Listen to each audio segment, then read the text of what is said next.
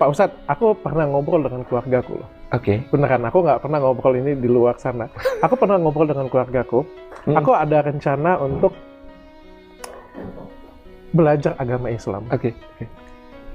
Dan beberapa dari keluargaku ya seperti biasa lah ya, pasti mereka Pasti menentang. ada reaksi. Pasti mereka Iya, menentang. iya. Assalamualaikum warahmatullahi wabarakatuh. Berjumpa lagi dengan Dr. Akal News ya, channel Pota Berita yang menyajikan informasi seputar dunia debat lintas agama secara tepat, cepat, akurat, dan terpercaya. Ya, kita ketahui bersama bahwa Elia ya, jadi buah bibir seluruh Indonesia, di mana pernyataan-pernyataan Elia itu adalah pernyataan-pernyataan asumsi tanpa ada data histori. Data histori yang dia bilang itu ternyata dia ambil dari kitab sucinya, yang hanya diimani oleh mereka tentunya. Bagaimana mungkin Anda mengatakan kitab suci itu sebagai data yang sesuai dengan sejarah? Padahal kita tahu ya, yang bisa dipakai sebagai data sejarah itu adalah temuan-temuan arkeolog, artefak-artefak, ada barangnya kan begitu. Ini apa barangnya gitu? Kalau Yesus adalah Tuhan, bahwa orang-orang Israel itu diberikan tanah, ya, tanah Kanaan itu oleh Tuhan. Bisa jadi itu klaim orang Israel sepihak, kan begitu. Cobalah kalian pikir, bagaimana mungkin kitab suci dijadikan patokan, tanah itu milik siapa? Kok nggak sekalian juga kamu bilang, orang-orang Afrika, orang-orang Asia ya, orang Indonesia, orang Cina, orang Korea, itu pantas untuk dijajah oleh orang Eropa. Dan seharusnya kita nggak usah merdeka kalau gitu. Karena di kitab suci Anda dikatakan juga ya bahwa Kanaan, bahwa Yafet itu akan tunduk, ya akan tunduk dengan Sem. Nggak sekalian saja Anda bilang seperti itu. Ini kan konyol sekali ya. Konyol sekali memang mereka ini. Dan alhamdulillah kita bisa lihat berkat kebotolan dari Elia, ini membuat Dr. Richard sekarang mulai belajar yang namanya Islam. Dan itu disampaikan langsung oleh Dr. Richard ya, bahwa dia tertarik untuk belajar Islam. Lebih kenal, lebih dekat. Boleh. Saya boleh tanya beberapa ya Pak Ustadz. Oke. Ini pure dari hati saya, pure pertanyaan dari teman-teman juga. Oke. Karena sebenarnya, ini aku boleh jujur nggak sih ngomong? Silahkan. Aku nggak pernah sejujur ini. Pak Ustadz, aku pernah ngobrol dengan keluargaku loh. Oke. Beneran, aku nggak pernah ngobrol ini di luar sana. Aku pernah ngobrol dengan keluargaku. Aku ada rencana untuk belajar agama Islam. Oke. Dan beberapa dari keluargaku ya seperti biasa lah ya, pasti mereka Pasti menentang. ada reaksi. Pasti mereka menentang. Iya.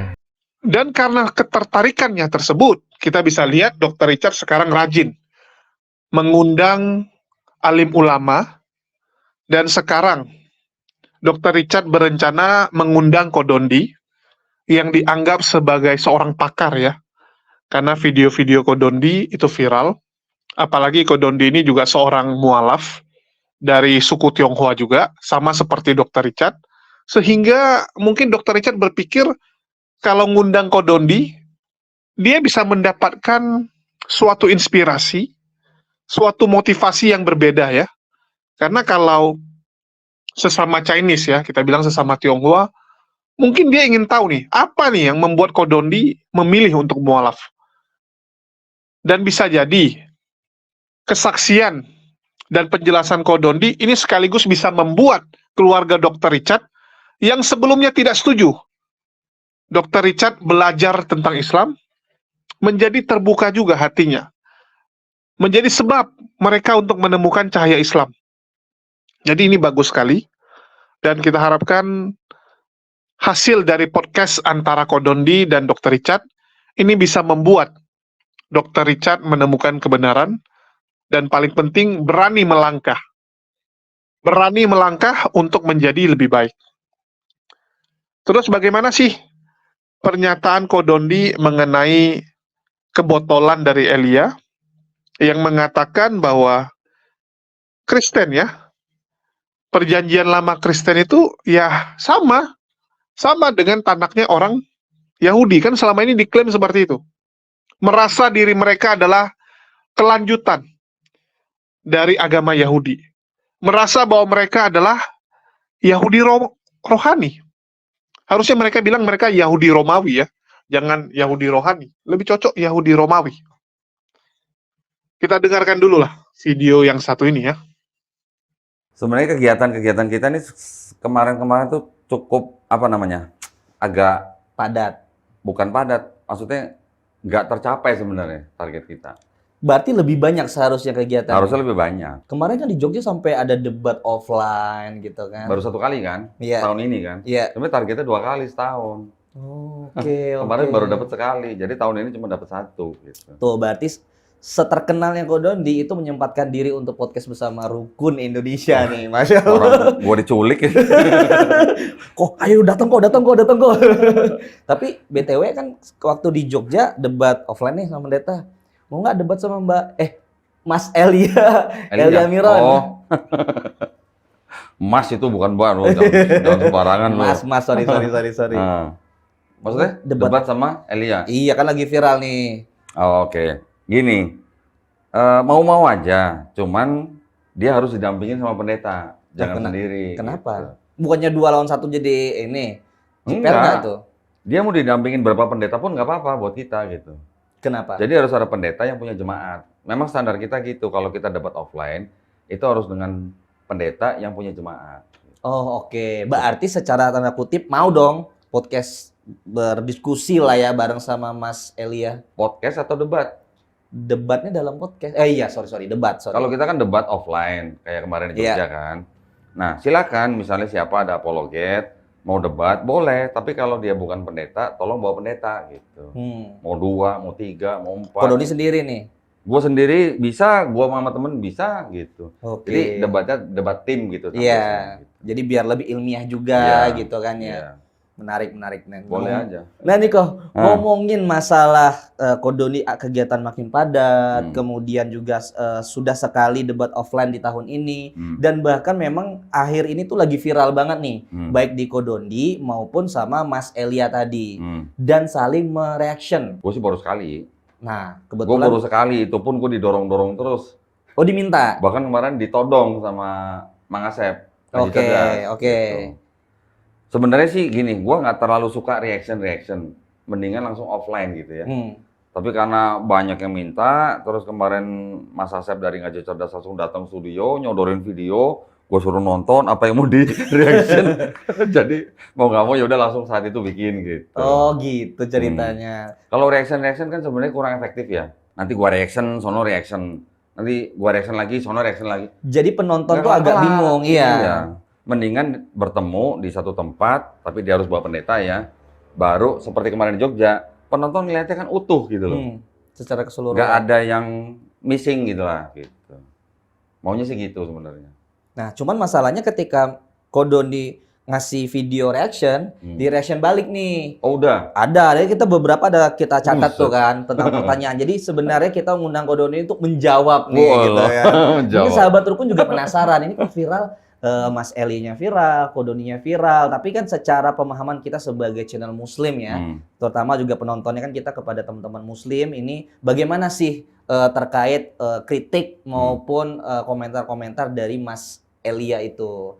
Nah, yang pertama itu soal perjanjian lama, ini statementnya beliau ya. Perjanjian lama itu sama dengan tanah Yahudi. Coba lihat thumbnailnya ada nggak sih? Nah, boleh kita ini tunjukin. Nah, ini nih kok. Sejarah vs sejarah. Oh ini, kasih lihat ya.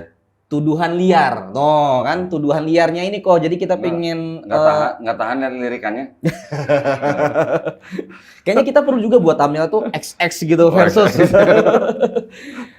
Nah, ini kan di thumbnailnya beliau ini kan menjawab tuduhan liar nih. Seakan-akan memang apa yang menjadi pendapat ataupun argumentasi dari Kodoni sendiri sebagai pendapat liar yang cuma asumsi doang tanpa ada referensi yang sejarah lah begitu. Nah, terutama salah satunya tentang perjanjian lama sama dengan tanah Yahudi. Tunggu sebentar.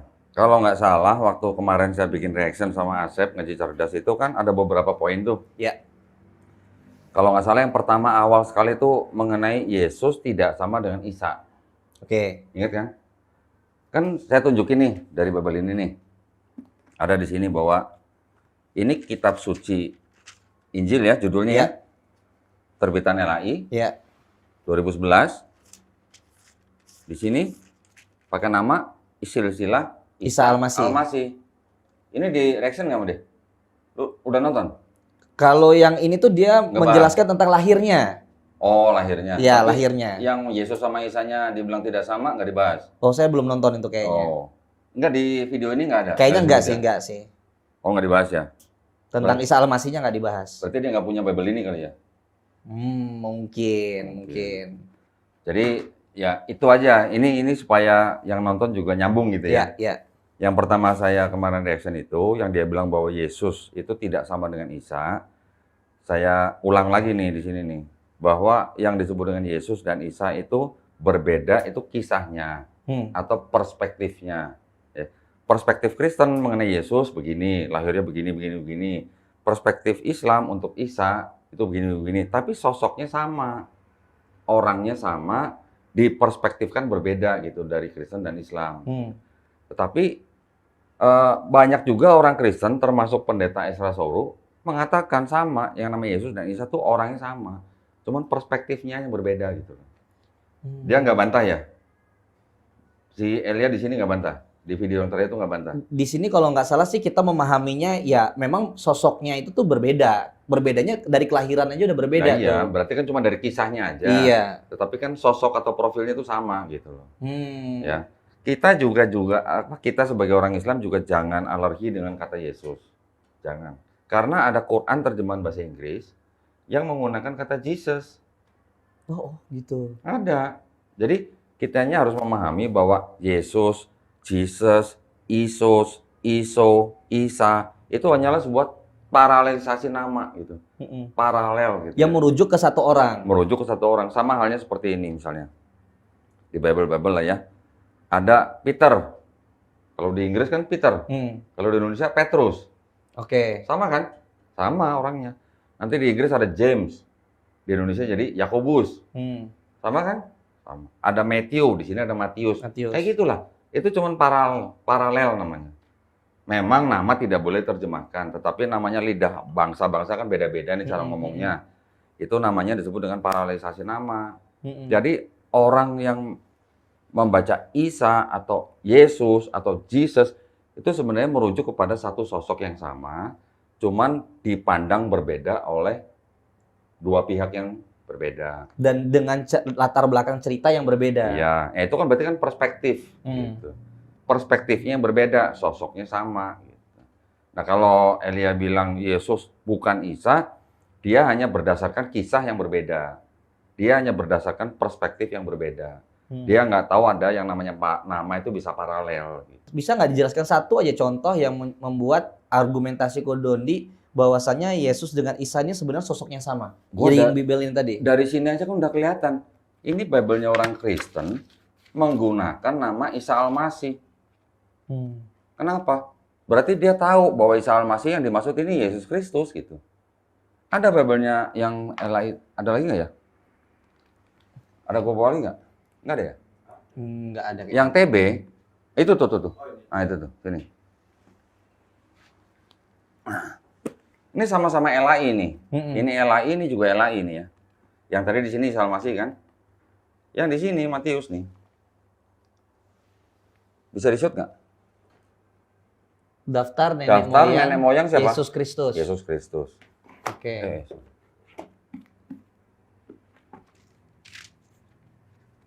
Ini coba di-shoot. Silsilah Isa Al-Masih. Jadi ini sama-sama LAI, ini juga LAI. Maksudnya penerbit LAI ini Yesus Kristus sama Isa Al-Masih sama nggak? Harusnya sama. Sama. Orangnya sama. Gitu loh. Tapi kenapa yang ini Yesus Kristus, yang ini Isa Al-Masih? Kenapa? Kurang tahu. Yang ini disebarin ke orang-orang Muslim. Oh, emang begitu kok? Iya. Belum pernah ngeliat videonya? Belum. Ada videonya yang orang-orang Kristen, misionaris, menyebarkan ini kepada kampung-kampung Muslim. Karena ini tuh sama loh gitu ya? Nah, gitu. Kalau untuk penginjilan, misionaris akan bilang Yesus dan Isa Al-Masih sama. Tapi kalau untuk apologetika model Elia itu, dia akan bilang Yesus dan Isa beda. Gitu. Tapi dia bilang bedanya hanya dari kisahnya yang beda. Orangnya beda karena kisahnya beda. Tapi dia nggak tahu dua Bible yang sama-sama diterbitkan oleh LAI, yang satu Yesus Kristus, yang satu Isa Al-Masih. Kenapa?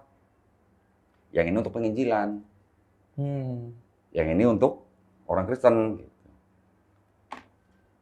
Paham Masuk ya? akal, paham. Paham ya? Paham. Saya juga punya Bible yang udah lama, yang udah kuno. Bahkan dari yang terbitan berapa ya? 1916. Hampir udah 100 tahun dong berarti. Indonesia ya? belum merdeka tuh waktu itu ya. Iya dong. Terjemahan Klinkert dalam bahasa Melayu rendah sama. Dia juga nulisnya Isa Al-Masih. Itu berpengaruh nggak sih dengan wacana kenaikan Isa Al-Masih diubah menjadi kenaikan Yesus Kristus? Kalau yang kemarin ada perubahan kalender yang dari Isa Al-Masih menjadi Yesus Kristus, itu yang saya dengar itu adalah permintaan dari kalangan Kristen. Oke, biar benar-benar berbeda lah gitu ya. Tetapi gerejanya mereka juga ada yang gereja namanya gereja Isa Al-Masih. Iya. Masih ada kan? Masih ada. Bible-nya juga masih ada yang menggunakan kata-kata Isa Al-Masih. Dan nggak cuma satu loh, ya. Bukan cuma satu Bible yang pakai Isa Al-Masih. Banyak, saya punya di studio. Boleh tuh nanti ditunjukin tuh, kalau misalnya bertemu dengan Boleh. Mas Elia. Kalau bertemu di debat maksudnya? Iya. Gue bawa semua. Kemarin juga bawa 2 koper sampai koper gue pecah. Wah iya itu. Kemarin sekali sih kita bawa. Waduh, ini mau naruh di mana nih displaynya nih? Ya jadi nggak ada brand gitu. Nah, ntar kalau bawa Bible yang putih lagi lu grogi lagi. Waduh, itu komentarnya banyak kalau masalah yang pelangi kok jangan deh kok. Nah, sebenarnya ketika reaction dari Mas Elia ini ada beberapa lagi hal poin kok.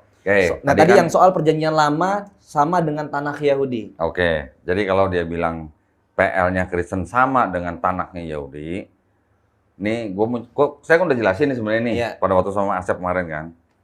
Saya sekarang bawa cuman beberapa kitab doang nih, tapi dari beberapa kitab ini nanti saya mau kasih contoh bedanya di mana. Oke, contoh nih ya, bantu gua ya, buka nih baca nih di sini. Ini supaya penonton juga paham gitu ya. Ya. Itu yang gua kuningin ya, nanti dibaca ya. Sigit pegang LAITB. Oke. Buka di Kejadian 1 pasal 1 ya, ayat 1 sampai 2. Saya pegang kitab ini yang disebut dengan PL, tadi kan Kejadian masuk dalam PL. Saya pegang kitab yang namanya Tanah. Tanah ini kitabnya orang Yahudi. Ya. Oke. Saya mau kasih contoh sedikit aja. Saya buka di Bereshit ya atau Genesis. Sama nih kejadian juga nih. Pasal 1 ayat 1 dan 2. Oke. Gue baca dalam bahasa Inggris. Kira-kira artinya sama nggak dengan yang sedikit baca nanti ya? Oke. Ya. Nah, ini dalam bahasa Ibrani kan. Ini ada terjemahan bahasa Inggris nih. Kita baca terjemahan bahasa Inggris aja nih ya. In the beginning of God creating the heavens and the earth. Ya. When the earth was astonishingly empty, with darkness upon the surface of the deep, and the divine presence. Di situ apa tulisnya? Roh Allah. Roh Allah. Tulisannya Allah ya. Iya Allah. Ya, Roh Allah. Di sini tulisannya apa? The divine presence. Sama nggak artinya? Divine presence sama Roh Allah sama nggak? Beda. Bedanya? Divine presence apa? Lebih kehadiran ilahi. Iya. Ya. Sama Roh Allah sama nggak? Beda. Beda. Kelihatan kan bedanya? Ini baru di pembukaan kitab nih. Ya, seterusnya hovered upon the surface of the waters. Kenapa di sini divine presence? Kenapa di situ Roh Allah? Kira-kira kenapa? Karena ada semacam kayak pesan teologi di situ. Oke. Bahwa Allah itu adalah roh. Ya, kalau di sini kan kalau kita terjemahkan nih, nggak usah pakai yang canggih-canggih lah. Divine presence, kehadiran ilahi. Satu lagi, nanti gue jelasin kenapa bisa beda begitu ya. Karena itu kan kehadiran kan bukan berarti bentuk. Ini kan menjelaskan tentang bentuk ya. Ya. Ini saya punya lagi Koren Jerusalem Bible. Oke. Ini juga punya Yahudi. Bereshit. Itu pakai bahasa? Ini ada Ibrani juga, ada Inggrisnya juga. Okay. In the beginning, God created the heaven and the earth. And the earth was without form and void. And the darkness was on the face of the deep. and the wind from God. Wind from God. Baca ya? Wind from God. Bisa di ini? Nggak bisa? Angin dari Tuhan. Wind from God. Nah, kenapa bisa di sini presence, di sini wind, di situ roh? Ya. Memang kata yang disebut dengan di sini presence atau roh di situ itu berasal dari kata bahasa Ibrani itu ruah. Ya. Ruah itu artinya memang bisa roh, bisa angin, bisa kuasa, bisa kehadiran. Nah, kenapa Kristen menggunakan kata yang roh, sedangkan orang Yahudi menggunakan kata presence atau kehadiran? Karena di dalam Kristen itu kan mereka mempunyai teologi Trinitas. Oke. Trinitas kan ada Bapa, Roh Kudus, sama Putra. Ya. Ada Roh Kudusnya nih. Jadi di situ menggunakan kata Roh Allah gitu. Jadi mereka mencoba menyisipkan konsep teologi di dalam situ. Paham ya? Paham. Beda apa sama? Jadi secara definisi berbeda. Beda. Karena di situ ada ada misi teologi atau ada pesan teologinya. Walaupun secara tersirat tuh sama ya. Teksnya sama, ruah dalam bahasa Ibrani-nya. Tapi kenapa di sini menjadi roh Allah, kenapa di sini menjadi presence, kenapa di sini menjadi wind? Gitu. Ya, paham maksudnya? Ya. Itu satu contoh, baru satu contoh kecil. Terus nanti kita coba lihat bisa buka nggak? Kalau gue bacain kitab lu bisa cari nggak? Beda keyakinan kok. Kalau Ko Dodi kan memang spesifik membahas berdasarkan pengalaman dengan keilmuan lah ya. Ya. Waduh, gue nggak bawa yang bahasa Inggris. Oh ini ada bahasa Inggris. Ini. Ya. Silakan. Nanti gue tunjukin antara bahasa Indonesia sama bahasa Inggris aja beda. Ya. Oke. Ini satu contoh lagi. Coba buka Yesaya 7. Ya. Bingung ntar nyarinya nih. Pastilah. Ya benar yang mana sih kok? Ini aja nih, pegang ini nih. Oke. Oh, kalau di sini ini ternyata masih ini sealiran dengan yang TB. Sealiran. Sealiran. Berarti ada yang berbeda-beda. Ada yang berbeda-beda. Nanti gue tunjukin. Nah, ini gue tandain nih. Coba kira-kira dibaca. Bandingin sama yang bahasa Indonesia. Ini yang bahasa Indonesia sama bahasa Inggrisnya beda gitu. Ini yang bahasa Indonesia ya. Yesaya 7.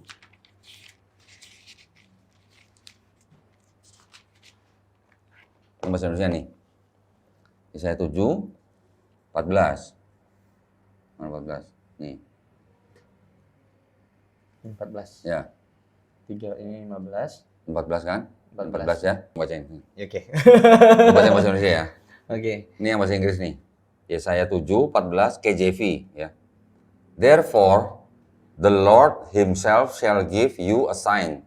Behold, a virgin shall conceive and bear a son, and shall call his name Immanuel. Oke. Bacain bahasa Inggris. Sebab itu Tuhan sendirilah yang akan memberikan kepadamu suatu petanda, sesungguhnya perempuan muda itu mengandung dan akan melahirkan seorang anak laki-laki serta menamainya Immanuel. Virgin sama perempuan muda sama nggak? Beda. Beda kan? Tidak semua virgin itu perempuan muda dan tidak semua perempuan muda itu virgin gitu. Ya. Kenapa di sini pakai kata virgin? Karena, nah, gue ceritain nih asal mulainya dari mana. Ini kitabnya orang Yahudi kan? Oke. Kitabnya orang Yahudi di sini disebutkan terjemahannya kurang lebih sama dengan malah yang bahasa Indonesia. 7:14 nih. Therefore, my Lord himself will give you a sign. Behold, the young woman is pregnant and will bear a son, and she will name him Immanuel. Sama. Di situ perempuan muda ya. Perempuan muda. Tapi yang di sini virgin, ya kan? Di sini juga young woman. Young woman sama perempuan muda sama. Yang bahasa Indonesia malah sama dengan yang ini kan? Tapi yang bahasa Inggris ini virgin. Oke. Karena memang diterjemahkan dari dua manuskrip yang berbeda. Oke. Kenapa kok bisa ada perempuan muda, ada virgin? Karena ini dianggap sebagai nubuat untuk Yesus. Di sini, di Matius 1 ayat 23. Nih, sesungguhnya anak darah itu akan mengandung dan melahirkan seorang anak laki-laki dan mereka akan menamakan dia Immanuel. di sini ada sesungguhnya anak darah. Ini mengutip tadi dari Yesaya 7:14. Kalau yang bahasa Indonesia tadi perempuan muda, di bahasa Inggris virgin. Iya. Yang bahasa Indonesia kenapa dari perempuan muda dikutip menjadi anak darah? Anak darah kan virgin. Iya. Ini kenapa bisa menjadi virgin? Karena ada unsur ini. Jadi seolah-olah ini berbicara tentang Yesus gitu loh. Oke. Ya. Jadi kalau dikatakan PL Kristen sama dengan tanah, sama nggak? Nah, sedangkan di sini yang di Bible-nya orang Yahudi, yang disebut dengan young woman, itu siapa? Istrinya Nabi Yesaya sendiri. Ternyata di pasal berikutnya, pasal 8, itu justru adalah penggenapan daripada yang Yesaya 7:14. Itu adanya di pasal 8 ayat 3. Ya. Sama nggak berarti? Nanti akan saya tunjukin kesengajaan itu bisa dibuktikan lewat apa gitu. Okay? Kata virgin yang di KJV tadi, ya, itu asalnya dari kata bahasa Ibrani ha'almah, perempuan muda. Kata ha'almah yang sama diterjemahkan di dalam kitab yang lain, Keluaran 2 ayat 8, buka di sini. Itu menjadi apa? Konsisten nggak gitu maksud saya? Kalau pemilihan katanya memang untuk menyesuaikan karena itu terjemahan, nggak ngaruh kayak gitu kok. Gini, orang Ibrani kan bisa membedakan bedanya perempuan muda sama perawan. Iya. Apa iya Nabi Yesaya nggak tahu bedanya perempuan muda sama perawan? Di dalam bahasa Ibrani untuk perawan itu ada kata tersendiri gitu. Itu katanya adalah betulah. Betulah artinya perawan, almah artinya perempuan muda gitu. Kalau H itu hanya de, kayak bahasa Inggris de gitulah. Terus kalau kata yang sama almah, kalau di Bible-nya orang Kristen diterjemahkan menjadi virgin supaya matching dengan Matius 1 ayat 23, kita buka di Keluaran 2 ayat 8 nih. Ini juga menggunakan kata yang sama almah. Ini baca nih ayat 8. Sahut putri Firaun kepadanya, pergilah. Lalu gadis itu pergi memanggil ibu bayi itu. Berkatalah ibu Firaun pada ibu itu. Oke, di situ diterjemahkan menjadi gadis. Oke. Ya kan? Gadis itu di dalam bahasa Yunaninya itu adalah neanis. Diterjemahkan menjadi kata neanis nih. Kata ha'almah di Yesaya 7:14 diterjemahkan dengan kata parthenos. Parthenos itu bahasa Yunani artinya perawan. Tapi kata yang sama ha'almah diterjemahkan di Keluaran 2 ayat 8, diterjemahkannya bukan parthenos tapi neanis. Kenapa kata yang sama ha'almah diterjemahkan berbeda. Di dua kitab yang berbeda? Iya. Kenapa kira-kira? Karena itu tadi ada misi bahwa Yesaya 7:14 ini ditujukan seolah-olah untuk Yesus gitu. Seberapa banyak itu kok yang di Matius 1 ayat 23. Yang kok lihat seberapa banyak perbedaan-perbedaan seperti itu? Banyak, lumayan banyak. Nah, saya ada daftarnya. Mungkin nanti bisa saya paparkan lah perbedaan apa aja antara Septuaginta, terus kemudian yang Masoret, kemudian yang Tanakh, itu nanti bisa dibedakan. Nanti saya kasih contoh satu lah ya. Oke. Tapi dari satu contoh ini, kita lihat buktinya. Nah, sekarang saya punya kitab ini, Septuaginta. Ya. Septuaginta ini adalah terjemahan ke dalam bahasa Yunani dari ini. Dari ini Tanakh. Tanah yang bahasa Ibrani kan? Tanah diterjemahkan menjadi bahasa Yunani. Bahasa Ibrani diterjemahkan menjadi bahasa Yunani. Ini yang menjadi PL-nya orang Kristen. Dasarnya PL orang Kristen dari sini gitu. Tapi ini sudah mengalami koreksi oleh bapak-bapak gereja. Istilahnya sudah mengalami perubahan yang bisa dikatakan menjadikan seolah-olah Septuaginta ini berbicara mengenai Yesus di PB gitu. Itu juga sempat dijadikan reactionnya ke Kodondi, bahwasanya Kodondi berpendapat atau berasumsi itu sudah dikoreksi bapak-bapak gereja. Bisa dibuktikan nggak nih? Oke, nanti saya buktikan. Sekarang saya mau buktikan dulu tadi yang Yesaya 7:14 ya. Kenapa di Yesaya 7:14 kata ha'almah diterjemahkan menjadi parthenos? Kenapa di Keluaran 2 ayat 8 menjadi neanis? Kenapa tidak konsisten? Ini gue tunjukin di sini. Nah ini. Di sini Yesaya 7 ayat 14 nih. Di sini ada kata-kata Parthenos. Oke. Ya, ini tulisan ini Parthenos nih. Di sini apa jadi? Virgin. Iya. Ya kan? Sedangkan di Keluaran ini diterjemahkan dari kata halma ya. Sedangkan kalau kita Keluaran 2, nah ini di Keluaran 2 ayat 8. Kata yang sama alma diterjemahkan menjadi apa? The young woman. Nih, neanis. Ini bukan Parthenos. Ini young woman. Kalau ini kan mungkin nggak ada hubungan lah ya, nggak bisa dijadikan nubuat. Tapi kalau yang Yesaya kan enak banget tuh. Ada perawan yang akan punya anak disebut Immanuel. Di Matius 1, 2, 3 disebutnya Yesus juga akan dinamakan Immanuel. Padahal di seluruh PP nggak ada orang manggil Yesus Immanuel gitu. Nggak ada. Jadi penulis Matius mengutip dari Yesaya 7:14 yang ada di sini, karena di sininya menggunakan Parthenos, jadi Matius 1, 2, 3 menerjemahkannya anak darah. Oh, oke. Ya. Jadi kalau begitu, PL-nya orang Kristen sama nggak dengan tanahnya Yahudi? Berbeda. Beda. Kalau Elia mungkin melihatnya dari sisi dari sisi penerjemahan, fase-fasenya gitu ya. Dia nggak ngeliat isinya. Kemarin waktu gua sama Asep emang belum sampai buka-buka begini. Gitu. Itu kenapa direction kembali lah itu ya.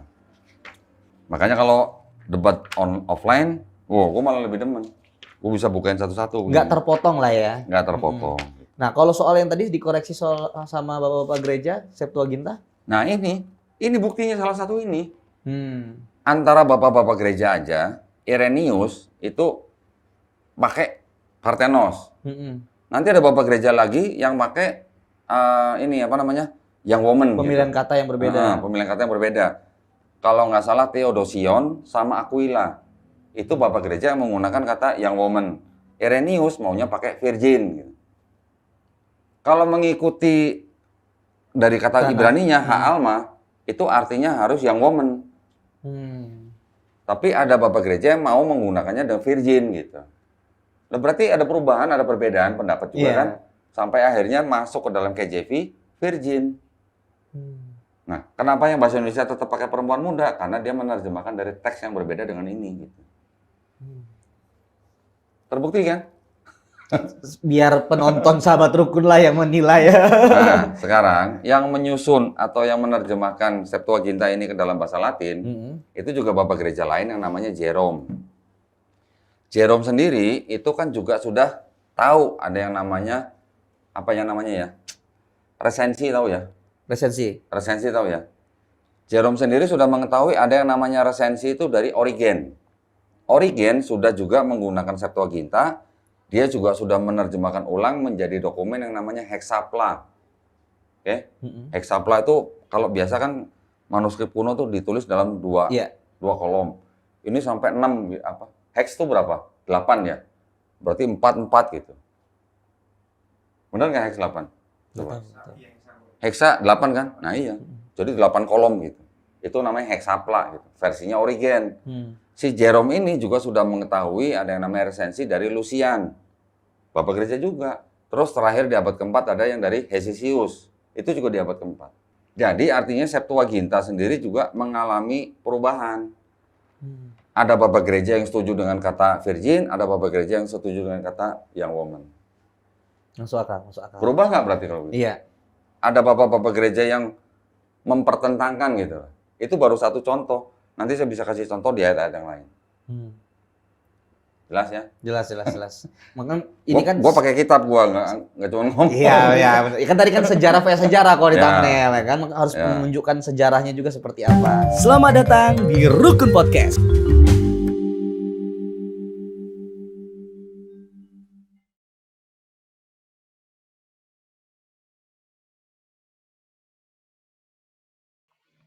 Teman-teman sudah lihat ya, jadi begitulah kebotolan dari Elia yang dibongkar oleh Kodondi, dan kalian sendiri yang menilai.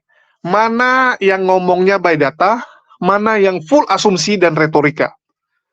Kalau bicara kemampuan retorika, kita harus akui, Elia ini jago. Jago berbicara. Pede menyampaikan apa yang ingin ia sampaikan, walaupun itu adalah sebuah kebohongan. Walaupun itu sebuah kebohongan, tapi dia sampaikan dengan sangat meyakinkan, sehingga audiens, sehingga publik itu percaya. Dan itu memang seni dalam berbicara. Elia punya kemampuan tersebut.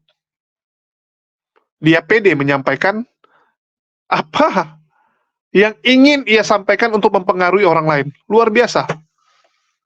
Tetapi untuk orang-orang yang mau belajar dan bukan hanya mendengar ya, itu tentu saja jadi sebuah lelucon. Karena apapun yang dia sampaikan kita cross-check lagi. Kita cari tahu benar atau tidak. Itulah kenapa saya dari dulu selalu mengatakan kepada para penonton dan pendengar saya, apapun yang saya sampaikan, coba cross-check. Jangan main percaya, jangan main imani. Saya juga nggak pernah mau kalian itu menjadi penonton yang hanya telan mentah-mentah apa yang kalian dengar dan kalian tonton. Kalian harus lebih kritis. Sehingga kalian tahu mana yang benar, mana yang salah.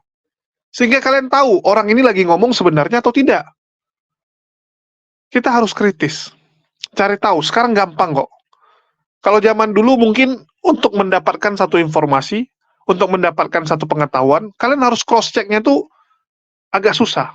Harus ke toko buku lah, harus ke perpustakaan ya. Jadi kalian dengar satu seminar, dengar satu ceramah, kalian cari tahunya agak susah. Harus ke perpustakaan, belajar, cari tahu. Yang disampaikan pembicara itu tentang apa. Benar nggak? Sesuai nggak? Zaman sekarang udah enak sekali teman-teman. Tinggal googling, keluar semua informasi. Kalian cross-check. Website ini kredibilitasnya bagus nggak? Kalau kredibilitasnya jelek, jangan. Cari yang bagus. Tulis. Kalian lihat. Ya, kalian cerna. Kalian analisa. Mana yang benar, mana yang salah. Sesimpel itu zaman sekarang. Jadi, buat teman-teman yang menonton ini, ya, kita jadikanlah apa yang disampaikan Elia ini sebagai motivasi untuk kita belajar lagi. Dan bagi teman-teman Kristen, jadilah orang-orang Kristen yang cerdas. Jangan hanya mau kalian itu disuguhkan oleh lawakan-lawakan ya, oleh akrobat-akrobat dari para Polikardus. Jangan. Belajarlah ya. Mungkin itu aja yang bisa saya sampaikan. Semoga bisa dimengerti dan teman-teman dapat mengambil hikmahnya ya. Jadi berkat Elia, Dr. Richard sekarang jadi belajar tentang Islam, dan ini bagus sekali. Bagus sekali ya. Terima kasih buat Elia, dan juga teman-teman Kristen tentunya, yang sudah membuat Kodondi makin naik ke atas, dan sudah membuat Dr. Richard untuk mulai menggunakan akalnya berpikir. Itu aja dari saya. Makasih buat teman-teman semua yang udah nyimak dan menonton channel ini. Jangan lupa didukung, subscribe, dan share ke teman-teman lainnya ya, kalau kalian menganggap channel ini berguna. Makasih buat semuanya. Di akhir kata saya ucapkan wassalamualaikum warahmatullahi wabarakatuh. Sampai jumpa di video-video kita berikutnya.